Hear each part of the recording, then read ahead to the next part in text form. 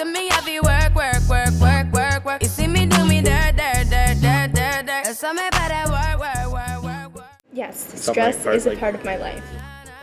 Not typically, no. Yeah. Sometimes maybe in the midterm or the final. I think pretty much all of my stress comes from school. I don't know if it's just my program.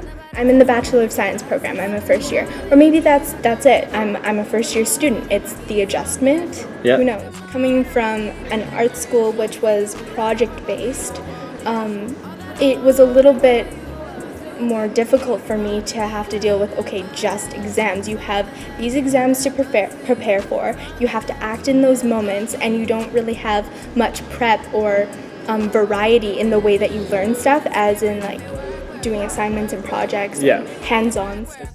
Of homework and like, I guess that's the only reason really.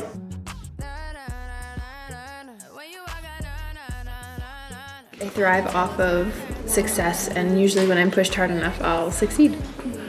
And I think because of past experiences of me doing well, it encourages me to keep doing well, and I know that I enjoy the things that I'm doing in school, so it doesn't really stress me out.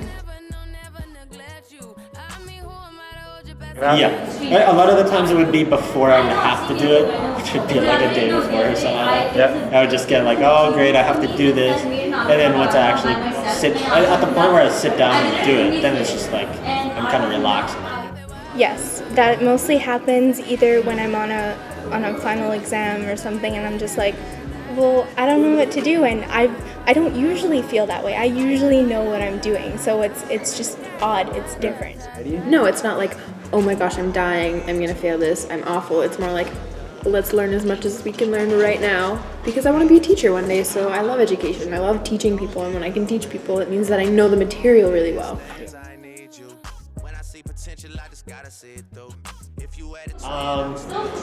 I can tell you, if you're stressed and you're thinking a lot, you're gonna, and you spend all the time at like say the house, you're gonna like go to the fridge, open the fridge, see it, there's something there, grab it, eat it, and then close the fridge. And then once the fridge is empty, then you go to like the bread counter and then put something on bread. So you're just constantly eating.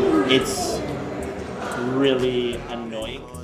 I have one friend who, like, I haven't seen for a couple of months, and like we really want to get together, and I keep telling her like I'm going to see her, but like everything, like something from school always comes up, so it's like, I'm sorry man, like I can't. Yeah.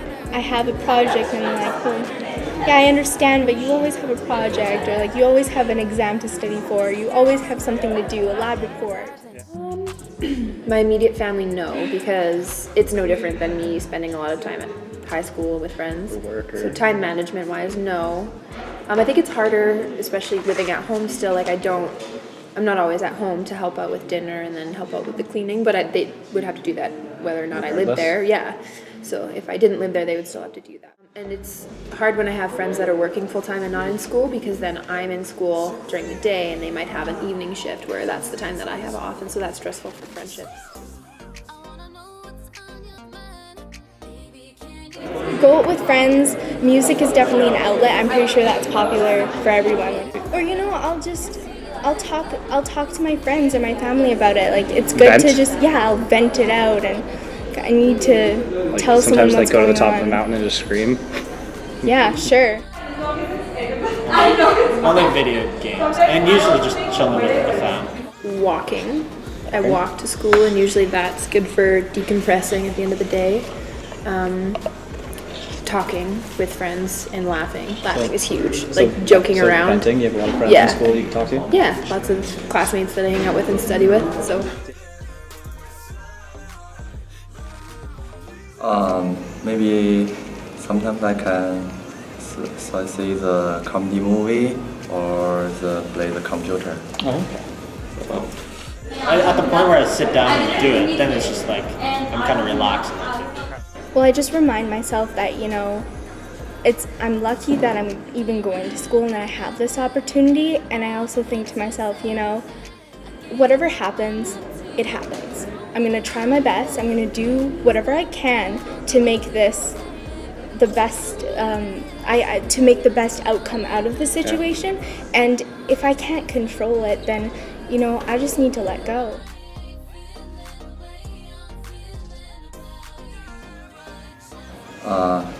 Canada, because in China you can use your native language, and it's more convenient for people. And the Canada tuition is too expensive for me. Okay.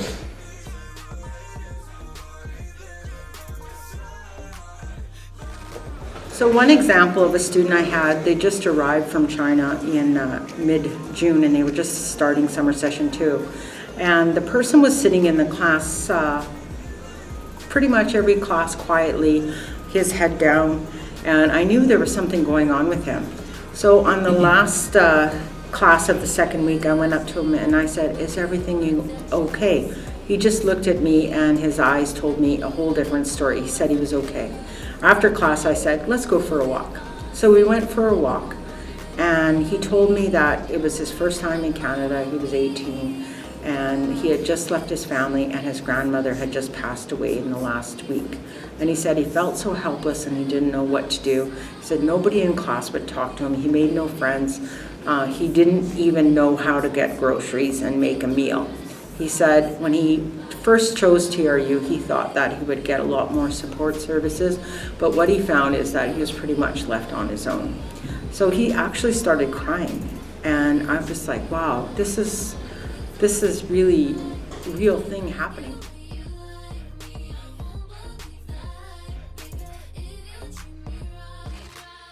I do believe there's lots of services on campus for students, like there's the wellness center, there's the counseling services, there's the mental health like clinic, there's doctors available.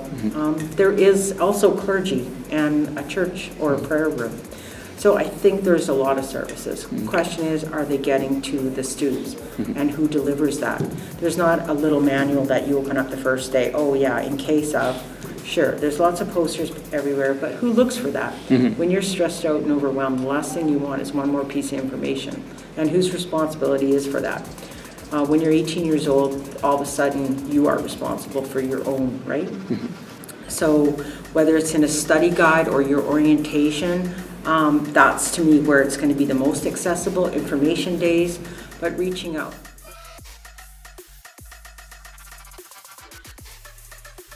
I see a lot of students who thrive in this kind of stressful environment. If they, that organized chaos, when they have deadline after deadline after deadline, it's kind of like when you look at the punctuated equilibrium model that we studied in class, when you have that controlled chaos and you know you have the ability to manage it, you like set a time frame for it for you to focus on that, done, go to the next step, done. Your brain is on automatic pilot and you're just only focusing on the task at hand.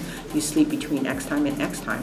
So what happens is what I see students as they go day to day with their daily lives, and then it come exam period, project time, then they get into that focus mode, and wow, you get some amazing results.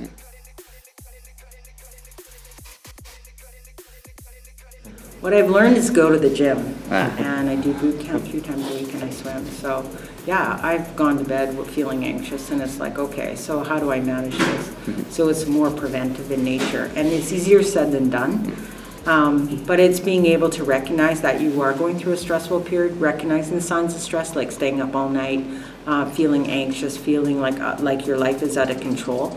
So it's looking at those areas and taking steps to correct it. And as you get older, it becomes easier.